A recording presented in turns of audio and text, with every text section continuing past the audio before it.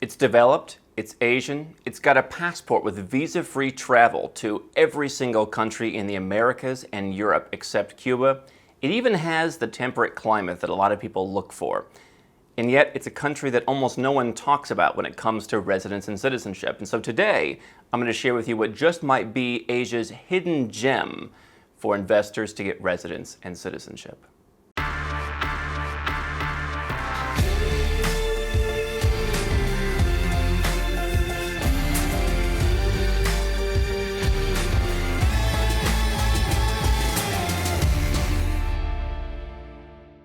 Hi, I'm Andrew Henderson, and here at Nomad Capitalist, we help 7- and 8-figure entrepreneurs legally go where they're treated best. You can learn more at nomadcapitalist.com. And the country that I'm talking about is South Korea. First visited South Korea, spent most of my time in Seoul in late 2013, early 2014. Had a great time, not the best time of the year to go unless you like winter weather.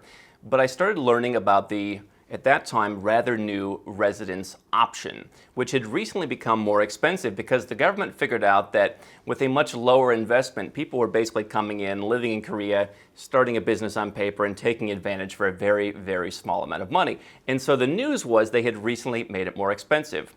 And so spending some time in Seoul, studying the city, studying and learning about this program, I remember taking the train in an effort to avoid the busy rush hour, taking the train to the airport on my way out, and I was writing an article where I basically said that South Korea was perhaps the forgotten tiger of Asia's four tigers. You've heard of Hong Kong, you've heard of Singapore, perhaps Taiwan isn't discussed as much, but South Korea, it does get press, but you hear a lot more about countries like Singapore. And I said, imagine, would people be coming to Singapore 20 years ago, 30 years ago? A lot less likely, right? It was that same year, 2013, not that much earlier, that I was in Singapore and the word was put out by people in my network. This is the last time, this is the last chance you're going to have to easily immigrate to Singapore as an entrepreneur. Proved that they were right. Now very difficult to get permanent residence, certainly to get citizenship. And so South Korea, I think, has followed a somewhat similar trajectory to Singapore. If you look at the history, they weren't doing so well at one point, and they came out of nowhere, and they've created great brands. If you look at when I was in high school, my first car was a little old Kia Sophia, and everyone made fun of Kia, right? Hyundai. Now, Hyundai makes some of the best cars. They've spawned a luxury brand. They have cars that cost $50,000, and I look at South Korea as, again, this kind of forgotten tiger. And for that reason, it really doesn't get discussed a lot in our industry. But here's what you can do. If you want to get residence and possibly citizenship, you can, of course, get married. We're not going to talk about that today, but I know people who have married Koreans and they've worked their way to citizenship. You can start a business, invest in someone else's business, invest in real estate, or invest in a government fund. And you don't even have to spend that much time living in Korea to keep this as a back pocket plan B option in some cases. So the cheapest way to get into the country is through the entrepreneur visa program, basically an investment visa program for people starting a company in Korea. You do need to have some kind of limited employment. You do need to have some kind of limited profits. It's not entirely defined, but what is defined is you need to invest 100 million Korean won. So today's exchange rate, roughly 1,100 won to the US dollar, so a 100 million won investment, a little bit under $100,000. Not a lot of capital and on par with some European Union options. Now, if you look at investing in someone else's company, find a Korean citizen, invest in their company. You don't want to do the work yourself. That number goes up to 300 million won. So now we're talking, let's call it 270,000 US dollars. That's to start a business, potentially create a couple jobs, create some taxable profit. You're running a business. And with that option, you're probably going to want to spend a bit more time in South Korea, especially if you're running the business and you have the employees. That's more for someone who wants to be on the ground.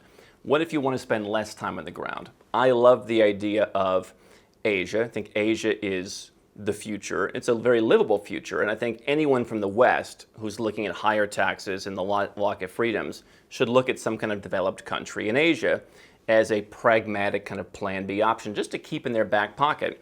I think South Korea could fulfill that on a cheaper basis than a Singapore and at a higher standard of living than many of the other countries we've talked about, Malaysia, Thailand, the Philippines.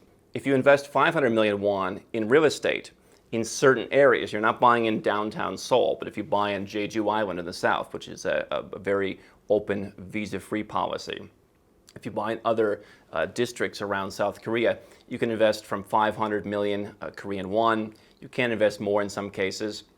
Of course, you can invest more, but in some districts, the number's a little bit higher. But let's call that about 450,000 US dollars in real estate, and you have to hold that.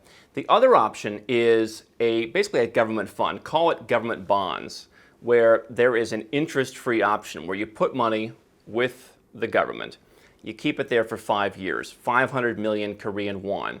Now, as I understand, there's also a risk option, but mainly what I focused on is just a 0% interest. They're out, using your money to make development loans, and it's essentially a bond. And so again, 450,000-ish US dollars given to the government, no interest, right? So you certainly need to have some liquidity to do this. But you're working your way towards this residence, you're working your way towards the citizenship. Any of those options work. And again, those second two options, the more passive options, if you are only spending potentially, if positioned right, less than a month in South Korea each year, you can keep that residence active. Now, what happens with that temporary residence? You get it, you renew it. After 5 years, you can apply for permanent residence. You can also apply for citizenship. So you've got two different options you can consider here. And so for me, permanent residence in a country like this, which does not allow dual citizenship, which is developed, I probably would prefer the permanent residence route almost, all things being equal. If you want the citizenship, it is one of the world's best citizenships, and I don't think it gets enough credit for that. Again, visa-free travel to everywhere in North America, including the US, to Central America, to South America, to the Caribbean, with the exception of Cuba, every country in Europe, including Russia, every single country. You've got pretty much all of Asia covered, with the exception of the usual suspects like China, Afghanistan. Those are just tough countries. But pretty much anywhere in the world that a passport can go, you can go. There are a couple countries that they don't allow their citizens to go to due to terrorist threats, like you're not allowed to go to, I think, Libya, for example. So there is a little bit of that typical kind of Asian approach towards the citizens. The requirements are not only renouncing other citizenships, but learning Korean. And to become a citizen, there's actually mandatory Korean classes, which are not insubstantial. And so the citizenship is certainly a commitment if you are looking for a top-tier travel document, if you like the idea of spending time in Asia, if you like the kind of Asian way of thinking, I think it's not a bad passport to have. But I think the opportunity to keep a minimum amount of time in one country in a year, in Asia, not a bad place to live. Perhaps not a place you want to live full-time for many of us, but a place where you could spend 3-4 weeks, maybe even 2 months, a year, that kind of thing, and work your way towards permanent residence that you can keep while making a passive investment that's not going to make you a lot of money, but I think is probably relatively stable in the context of these things. Not a bad plan B option if you have some extra liquidity and you want that developed Asian option. Certainly one to think about. I'd like to hear your comments below. I know a lot of people have spent time in South Korea. I find it to be an interesting place, and I think this is an interesting option to consider.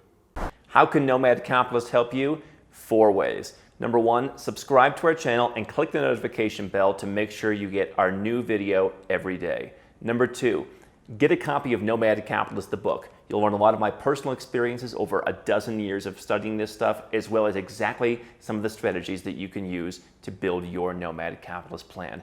Number 3, if you're not sure where to start, but you want to come and learn from my team and I, you want to come and mingle with like-minded people, learn more about our live conference, Nomad Capitalist Live. It's coming up soon. And number 4, if you want some help right now because you've got a burning issue, you need something solved, you want to lower your taxes, get a second passport, or build the Nomad Capitalist lifestyle of your dreams, go to nomadcapitalist.com and click on Become a Client.